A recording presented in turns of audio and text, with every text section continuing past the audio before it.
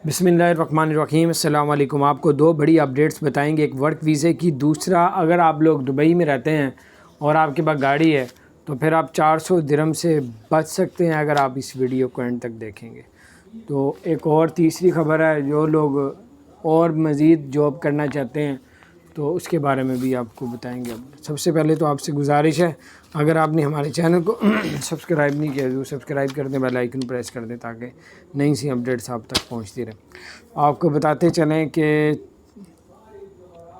अगर आपके पास गाड़ी है और आप गाड़ी स्लो चलाते हैं और चौथी लाइन में भी आप स्लो चलाते हैं तो तब आपको फिर जुर्माना किया जाएगा, वो भी 400 दिरहम का। तो 120 की स्पीड से ऊपर लेके जाएंगे तब भी आपको जुर्माना होगा।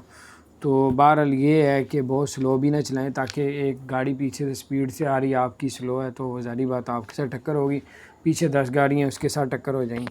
और अब एक वर्क वीज़े के बारे में लोग जो है पूछना चाह रहे थे कि वर्क वीज़े का क्या है, पाकिस्तानियों के इंडियन को वर्क वीज़ा मिलना शुरू हो गया।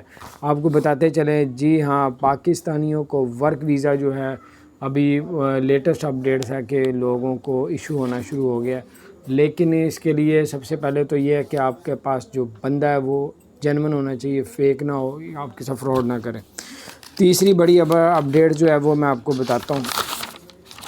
अगर तो आप दुबई में रहते हैं और यहाँ जॉब कर रहे हैं तो सेकंड जॉब भी कर सकते हैं। पहली कंपनी से अब इजाज़त नहीं लेनी पड़ेगी, वहाँ की मिनिस्ट्री से इजाज़त लेनी पड़ेगी। 100 से 500 दिरहम तक उसका पे करेंगे। तो इतिहाद एयरलाइन की अगर आप टिकट लेते हैं तो इतिहाद एयरलाइन ने ऐलान किया है कि इतिहाद एयरलाइन की टिकट के साथ आपको एक्सपो 2020 जो 1 अक्टूबर को स्टार्ट हो रहा है उसकी आपको टिकट मिलेगी।